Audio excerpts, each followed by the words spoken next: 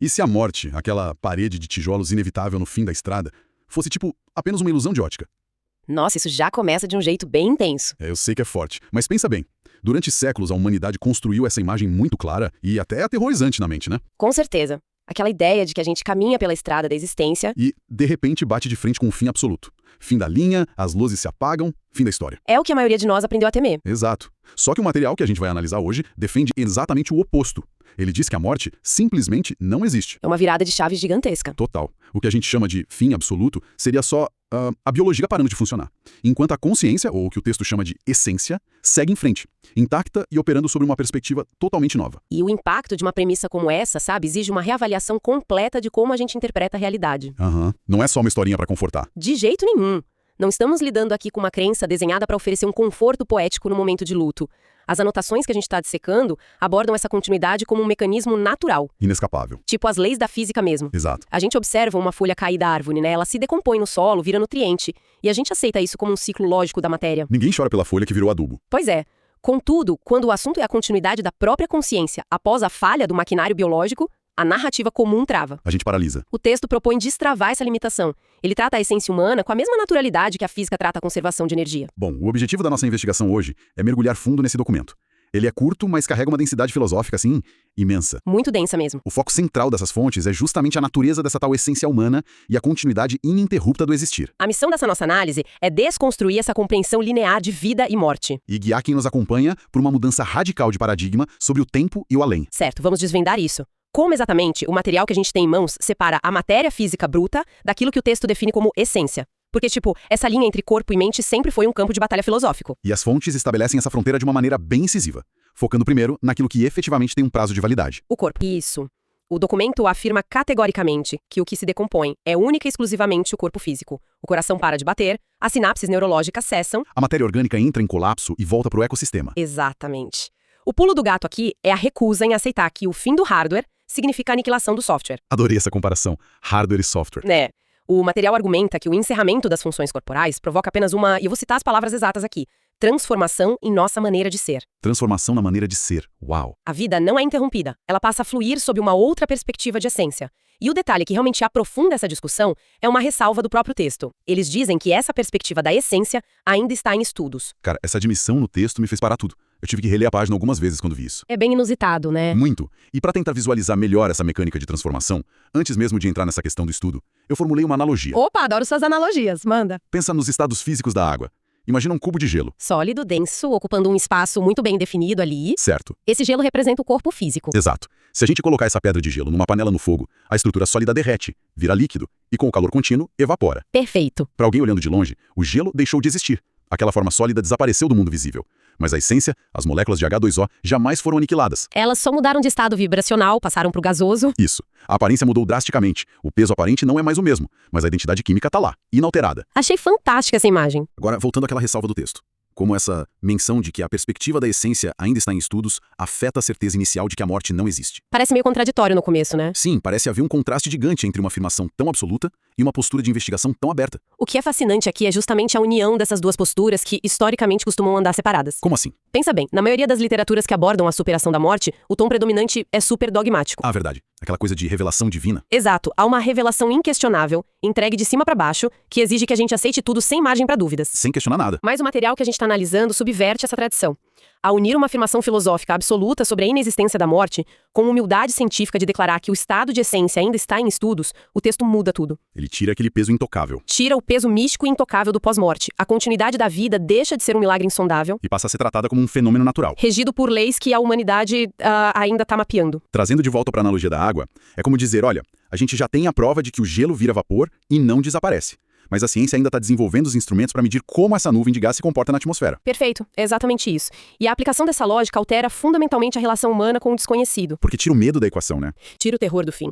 O documento não pede que a humanidade troque o medo da morte por uma fé cega. Ele pede que a gente substitua isso por um instinto de curiosidade investigativa. Isso empodera muito quem está lendo. Demais. Saber que a essência opera sob leis naturais, mesmo que ainda não totalmente compreendidas, valida a busca por entendimento científico e filosófico. A continuidade do ser vira um processo contínuo de descoberta, não um cofre trancado por forças divinas. Bom, avançando nessa linha de raciocínio, a gente chega a uma implicação que simplesmente destrói o conforto de muitas narrativas tradicionais. Ah, essa parte é polêmica. Se a essência apenas muda de estado físico para algo mais sutil, mas a identidade central continua a mesma, o que acontece com a visão clássica de paraíso? Pois é. Porque o imaginário coletivo desenhou ao longo de milênios a ideia de uma nova realidade totalmente isolada. Uma terra prometida que funciona quase como uma recompensa depois de todo o sofrimento na Terra. O material não hesita em desmontar essa ilusão, e faz isso de forma bem dura.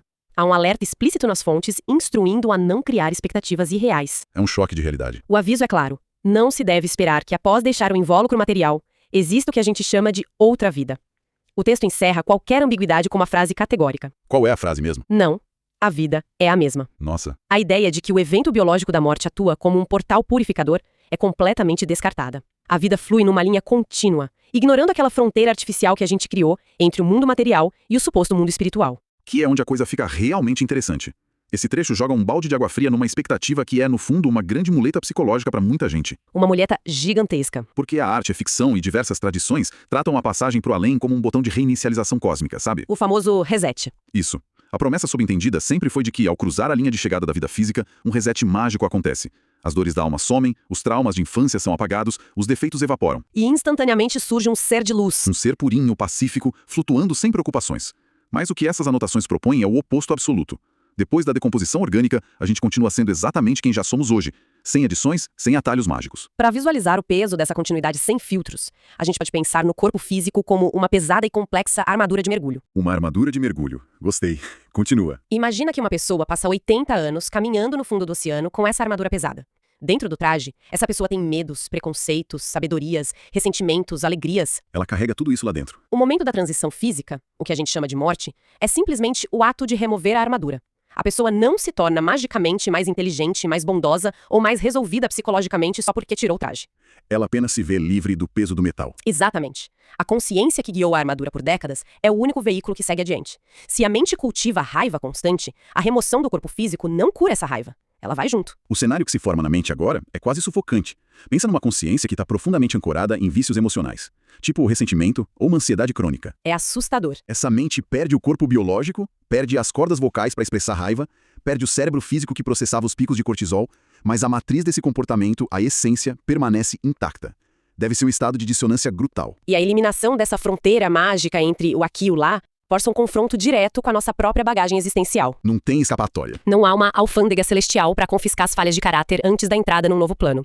Ao estabelecer que a vida continua linearmente sem esse reset, o material expõe uma realidade nua e crua. Nós somos inescapavelmente a nossa própria companhia. Isso bate forte. A ilusão de que o ambiente externo, no caso uma dimensão paradisíaca, fará o trabalho de evolução interna que a gente negligenciou em vida é, segundo o texto, o maior engano que a mente pode cultivar. Ao extirpar a ideia de que existe uma outra vida aguardando lá no futuro, o centro de gravidade de toda a eternidade recai instantaneamente sobre a terça-feira de hoje. Sobre esse milissegundo exato em que estamos vivendo agora. E as fontes amarram esse conceito com uma clareza impressionante. O documento afirma, e eu cito de novo, a vida eterna já está sendo vivida por todos nós. Pesado. A genialidade dessa frase reside em alterar a coordenada temporal da eternidade. A maioria das filosofias trata a eternidade como um espaço de tempo infinito que começa somente depois do fim de uma contagem regressiva biológica. Como se fosse dar o play só lá na frente. Mas o texto argumenta que a eternidade não é uma linha de chegada futura. É uma qualidade ininterrupta de existência que está acontecendo neste exato momento. O presente já é a eternidade em movimento. Sendo moldado ininterruptamente pela essência de cada um de nós. Então, o que isso tudo significa na prática? Muda a forma como a gente acorda de manhã. Total. Trazendo isso pro cotidiano para quem tá ouvindo a gente agora. A sensação é de estar atuando num filme gravado em plano sequência, sem a possibilidade de cortes, sabe? Sem edições posteriores. Você errou a fala, vai pro filme mesmo. É bem isso. A gente costuma viver como se estivesse num longo ensaio geral, com as luzes apagadas. Acreditando que o diretor só vai gritar ação de verdade quando a gente entrar nessa dita próxima vida. Mas a câmera já tá rodando. O filme é a vida inteira. Tudo que é feito, cada pensamento alimentado, cada reação impulsiva no trânsito, cada momento de empatia genuína. Tudo isso já compõe um rolo de filme da eternidade. Não haverá uma sala de pós-produção mágica para cortar as cenas de covardia moral. Não vai. Se conectarmos isso ao panorama geral, o diagnóstico da nossa sociedade moderna ganha contornos bem preocupantes, né? Muito preocupantes. Existe uma epidemia silenciosa de adiamento existencial. O foco está sempre no que virá depois. Adia-se a felicidade autêntica para o momento da aposentadoria. Adia-se a resolução de conflitos familiares para o momento oportuno que, convenhamos, nunca chega. E no nível mais profundo, adia-se o aperfeiçoamento moral para o momento de um suposto julgamento final. A lógica de operar, focando em acumular vantagens materiais na vida presente. transferindo a preocupação de ser moralmente evoluído para o pós-morte, simplesmente desmorona frente a essa análise. Desmorona totalmente. Se a eternidade é uma característica do agora, a responsabilidade sobre a nossa conduta diária sofre uma inflação incalculável. Então a procrastinação existencial deixa de ser um mero traço de preguiça humana. Ela se revela como um ato de autossabotagem em escala permanente. A cada pensamento repetitivo, a cada escolha ética, a essência está sendo ativamente esculpida. A neurociência estuda como os hábitos moldam as vias neurais do cérebro ao longo dos anos, certo? Certo. O que o texto propõe é, em certo sentido, a neuroplasticidade da alma. Os padrões de resposta criados agora não vão desaparecer com a morte biológica. Eles vão formar a estrutura base da mente que continuará a existir. Isso dá até um frio na barriga. Dá porque reconhecer que o para sempre já começou não demanda apenas mudança de hábito, exige uma maturidade filosófica gigantesca para suportar o peso de que cada ação tem ecos que ultrapassam a biologia. Chegamos então ao cume do texto. E, indiscutivelmente, a instrução mais prática e cortante de todas as fontes. O fechamento é genial. Sim, depois de estabelecer que o corpo passa, que a vida é a mesma, e que a eternidade é hoje, o documento culmina com uma orientação super direta. Ele orienta a procurar ser agora, ante a vida, aquilo que se deseja continuar a ser na continuidade do existir. É o ultimato. E a justificativa que encerra a frase é o que realmente provoca calafrios. Eles dizem, pois o nada não existe. O nada não existe. O magnetismo desse encerramento está justamente no peso dessa responsabilidade. A afirmação de que o vazio absoluto não é uma opção desmonta qualquer ilusão de fuga. O impacto dessa última frase redefine totalmente o conceito de alívio. A negação do nada absoluto elimina a válvula de escape definitiva da mente humana. Aquela esperança de simplesmente sumir. Sim. O contraponto natural a uma existência muito difícil costuma ser a esperança de um término pacífico, mesmo que esse término signifique o apagamento total da consciência. Há um conforto peculiar na ideia do niilismo absoluto para muitas pessoas, sabe? A crença de que, independentemente do tamanho do caos que eu criei, das mágoas que eu causei, um dia a biologia vai falhar e tudo será envolvido num sono eterno e silencioso. Como se tirassem a tomada da parede. Isso. O esquecimento total parece, para quem está em sofrimento, uma espécie de misericórdia. Mas o Kesto arranca esse curativo de forma muito brusca. Sem corrupção do nada, o botão de desligar simplesmente não funciona. A fuga pro vazio é impossível, resta apenas a presença implacável da própria consciência. É você com você mesmo para sempre. Isso levanta uma questão importante sobre a dinâmica da organização humana. Como as estruturas da sociedade se comportariam se essa impossibilidade do nada fosse absorvida globalmente? Nossa, o mundo seria outro. Seria. O material que a gente analisou transforma o campo do autodesenvolvimento de forma muito profunda. Hoje em dia, buscar evolução pessoal, fazer terapia ou praticar a autorreflexão são coisas muitas vezes tratadas como luxos modernos, né? Ferramentas de bem-estar para ter um dia mais produtivo no trabalho. Exato. Mas, sob a ótica deste texto, o polimento da própria essência abandona a prateleira da autoajuda. Ele se consolida como um instinto básico de sobrevivência existencial. A busca pela inteligência emocional deixa de ser sobre melhorar o convívio no escritório. Passa a ser sobre garantir que a própria mente seja um lugar habitável para se viver pela eternidade afora. O raciocínio exige essa mudança. A paz interior deixa de ser um brinde da iluminação e passa a ser uma necessidade técnica. Uma necessidade técnica.